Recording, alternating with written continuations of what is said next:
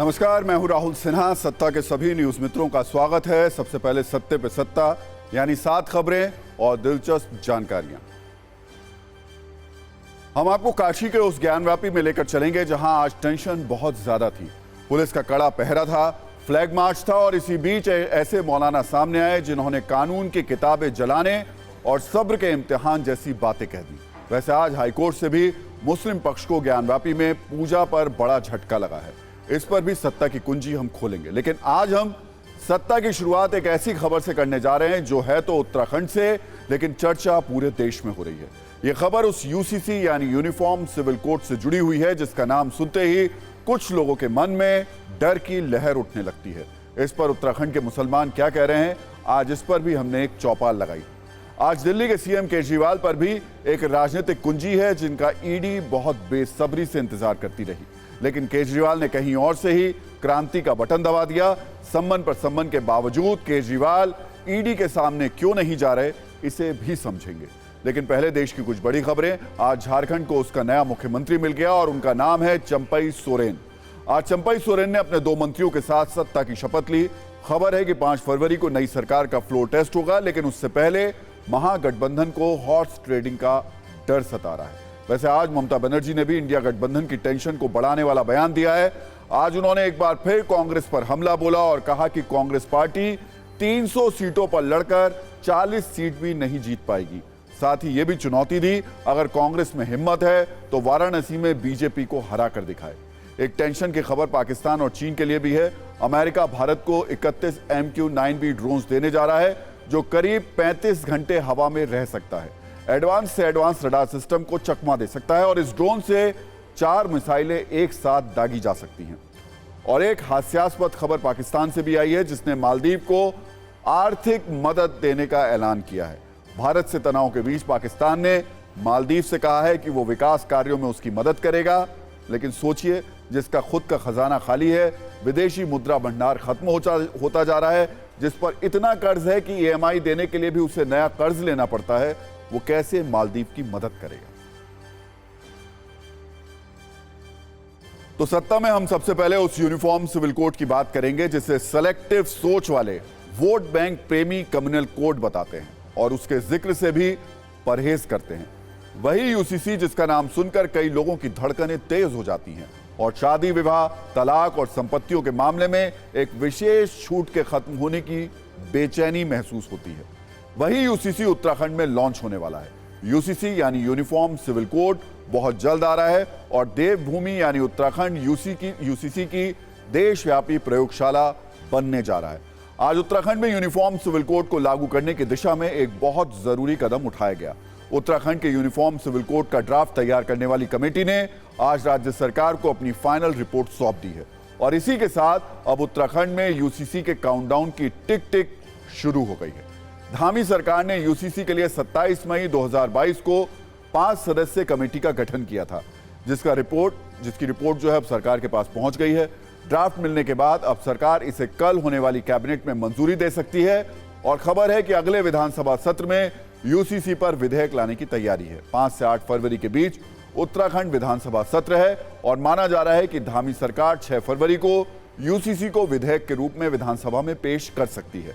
विधानसभा में पास होने के बाद इसे राज्यपाल के पास भेजा जाएगा और राज्यपाल की मंजूरी के साथ उत्तराखंड यूसीसी लागू करने वाला देश का पहला राज्य बन जाएगा। तो उत्तराखंड में यूसीसी लागू करने के लिए धामी सरकार का नारा है संकल्प से सिद्धि तक, और यह बात एकदम सच है कि सरकार तक यूसीसी का यह ड्राफ्ट एक बहुत लंबी तपस्या और मेहनत के बाद पहुंचा है। उत्तराखंड के यूसीसी ड्राफ्ट को तैयार करने से पहले करीब 2 लाख लोगों के सुझाव पर विचार किया गया। कमेटी के सदस्यों ने उत्तराखंड में 43 जगहों पर जनसंवाद किए, लोगों के साथ बात की। इसके अलावा इस ड्राफ्ट को लेकर वेब पोर्टल पर भी सुझाव मांगे गए थे, जिसके जवाब में करीब 2,35,000 लोगों ने अपने सुझाव भेजे। इतना ही नहीं, इस ड्राफ्ट को तैयार करने के लिए 123 बैठकें की गई और इसे बनाने में करीब 1.5 साल का वक्त लगा और अब जाकर ये यूसीसी ड्राफ्ट उत्तराखंड की सरकार तक पहुंच चुका है। वैसे हमारे बहुत सारे न्यूज मित्र ये सोच रहे होंगे कि आखिर उत्तराखंड में आने वाले यूनिफॉर्म सिविल कोड की इतनी चर्चा क्यों हो रही है, आखिर ये ड्राफ्ट इतना अहम क्यों है, तो इसका जवाब भी समझ लीजिए।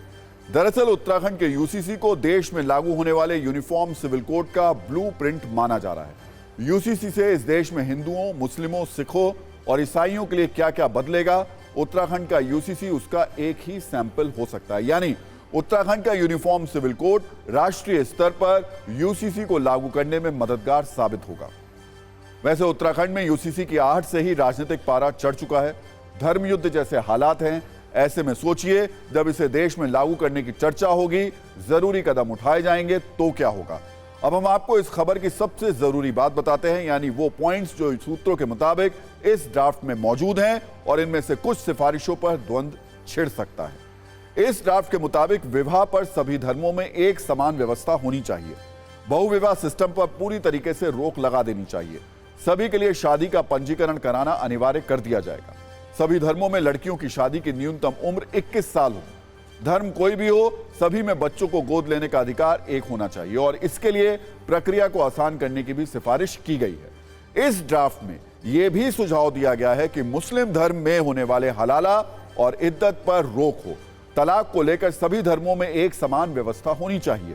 पर्सनल लॉ के तहत तलाक प्रतिबंधित किए जाए। इसके अलावा लिव इन रिलेशनशिप को लेकर भी इसमें कई जरूरी बातें हैं। जो लोग लिव इन रिलेशनशिप में रहना चाहते हैं, उन्हें इसकी जानकारी अपने माता पिता को देनी होगी। और सिर्फ इतना ही नहीं, लिव इन रिलेशनशिप में रहने के लिए पुलिस में रजिस्ट्रेशन भी करवाना होगा। अब इन सिफारिशों को लेकर उत्तराखंड में क्या माहौल है, सरकार की तैयारी क्या है और इस पर मुस्लिम पक्ष क्या कह रहा है, इस पर सबसे पहले हम आपको एक रील दिखाते हैं।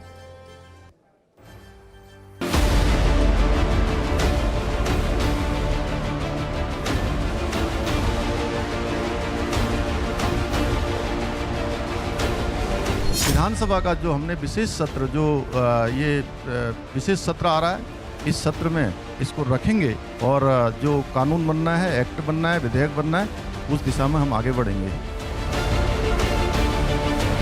तो मुझे लगता है ये यूसीसी आने से जो आदमी धार्मिक स्वतंत्रता है वो एसडी चलती रहेगी। जो मंदिर जाते हैं मंदिर जाएंगे, जो मस्जिद में जाते हैं नमाज पढ़ेंगे वैसे ही पढ़ेंगे, उनमें कोई इंटरफेरेंस नहीं होगा। लेकिन उत्तराखंड की सभी बेटियों को इक्वल राइट मिल जाएगा। कुरीतियां खत्म होंगी, खास तौर पे जो मुगल कालीन कुरीतियां चल रही हैं।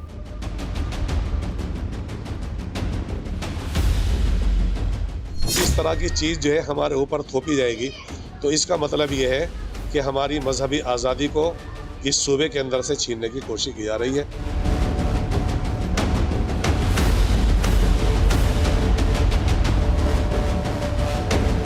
सलमान कहता है कि हमारे धार्मिक मामलों में ये दखलंदाजी है जो बर्दाश्त नहीं की जाएगी। मुझे लगता है कि ये मुसलमान नहीं बोल रहा है, ये कांग्रेसी मुसलमान बोल रहा है, ये बसपाई मुसलमान बोल रहा है, ये सपाई मुसलमान बोल रहा है, ये आम आदमी पार्टी का मुसलमान बोल रहा है। आम मुसलमान देश के साथ खड़ा है, वो एक जैसा कानून चाहता है।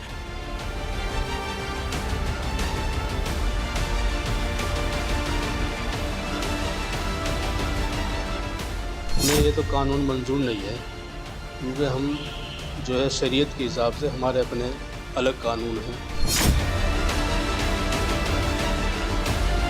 Will also closely monitor the development of Uttarakhand.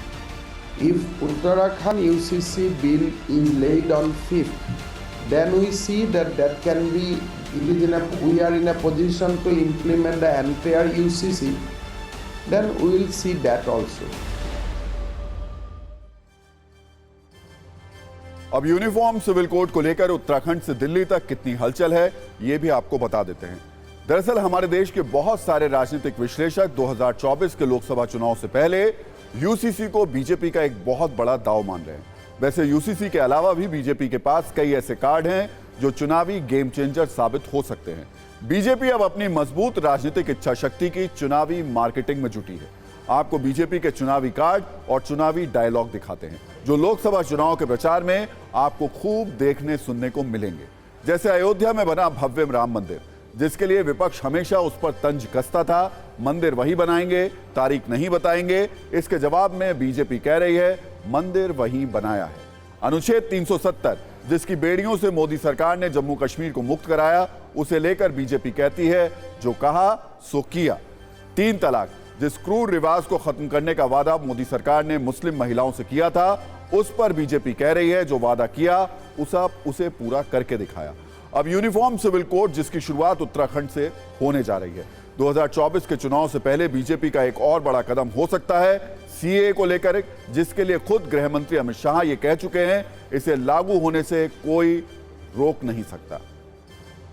अब यूनिफॉर्म सिविल कोड को लेकर राजनीति का मीटर क्या कह रहा है, कौन सा दल किसके साथ है और कौन यूजीसी के विरोध में है, इस पर भी एक नजर डाल लेते हैं। जैसी बीजेपी एकनाथ शिंदे की सेना, एकनाथ शिंदे वाली जो शिवसेना है वो, आरपीआई और बीएसपी जैसे दल इसके समर्थन में। इंडिया गठबंधन के लिए थोड़ी चिंता की बात यह है कि आम आदमी पार्टी और शिवसेना उद्धव गुट भी यूसीसी के समर्थन में है, उस मोड में दिखाई दे रहा है। हालांकि TMC, RJD, Samajwadi party, Akali Dal, CPI और सीपीएम जैसे दल इसका खुलकर विरोध करते आए हैं। हालांकि कांग्रेस का रुख इस पर अब तक बहुत ज्यादा साफ नहीं है। वैसे उसके कुछ नेता इसके विरोध में बयानबाजी जरूर कर चुके हैं। साथ ही शरद पवार की एनसीपी का जो स्टैंड है वो भी इस पर अभी तक क्लियर नहीं है। वैसे देवभूमि में जो यूनिफॉर्म सिविल कोड आने की घंटी बज रही है उस पर उत्तराखंड के मुसलमान क्या कह रहे हैं, इस पर हमारे टीवी 9 भारतवर्ष ने एक चौपाल लगाई। मुसलमानों से पूछा क्या वो यूसीसी से सहमत हैं और अगर नहीं है तो उन्हें ऐतराज कहां है। हम आपको इस पर एक रिपोर्टर रील दिखा देते हैं।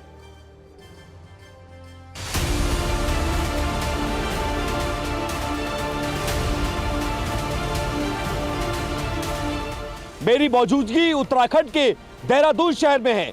इसलिए देहरादून में हूं क्योंकि आज देहरादून में वो हुआ है जो 70 सालों के इतिहास में कभी नहीं हुआ था।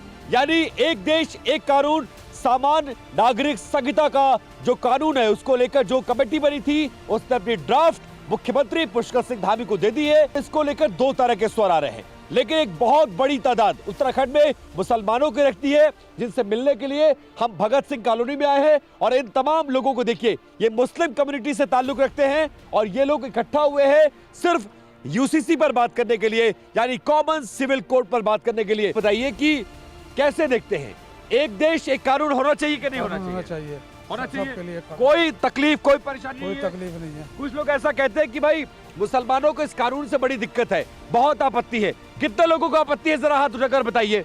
किसी को आपत्ति है? आपत्ति है भैया, आपत्ति है?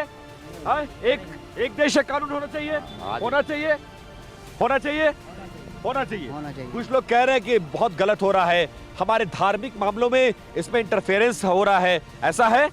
ऐसा नहीं है, ऐसा कोई बात नहीं है। उत्तराखंड पहला ऐसा राज्य बनने जा रहा है, तो इस बात की खुशी है कि नहीं आप लोगों को? बहुत खुशी है। हाँ, बहुत ही खुशी। होना चाहिए, होना चाहिए। किसी धर्म के खिलाफ तो कानून नहीं है। नहीं, ड्राफ्ट के बारे में कुछ बताया नहीं गया है। और जब ड्राफ्ट आएगा उसमें हम गहनता से उसको स्टडी करेंगे।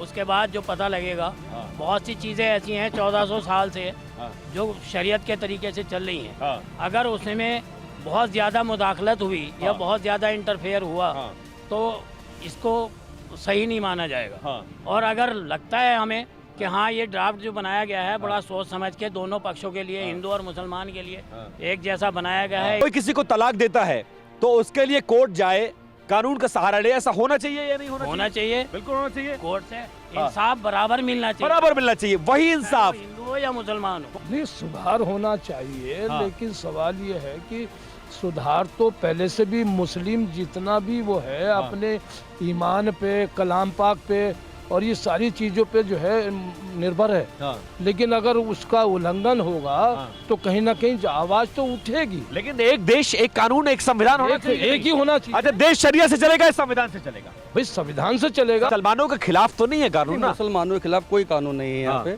और ना ही मुसलमानों का यहाँ दबाया जा रहा है। एक समान नागरिक कानून लाया जा रहा है, अच्छा लाया जा रहा है। क्या दिक्कत आ रही है? कानून आ रहा है, यूसीसी का कानून आ रहा है, उसमें एक विवाह की कॉन्सेप्ट है। अगर आपको नहीं रहना है तो कोर्ट जाइए, कोर्ट फैसला करेगा और आप छोड़ेंगे तो अपने बच्चों के लिए मुआवजा देंगे, पत्नी के लिए देंगे, माता पिता के लिए देंगे। तो ये अच्छा है कि खराब है? बिल्कुल सही है, ये तो देना चाहिए ना। उसके सजा है, सजा तो इसी देश की बात है ना। बात शादियों में नहीं चली, शादी एक ही ठीक है। ये कानून एक सा होना चाहिए। जैसे मैं इसमें जो नहीं, जैसे मैं मुसलमानों के लिए खतरा है और हिंदुओं के लिए अपना आजादी है, बराबर कानून होना चाहिए। एक देश एक कानून, एक कानून होना चाहिए। ये नहीं जैसे मैं जी इधर अपना पल्ला इधर झाड़ दिया, इधर पल्ला के मैं कस दिया, ऐसा नहीं होना चाहिए। धर्म से देश चलता है, संविधान से देश चलता है। संविधान पहले है लेकिन धर्म भी पहले है हमारा। देश किससे चलेगा? पहले है। देश किससे चलेगा?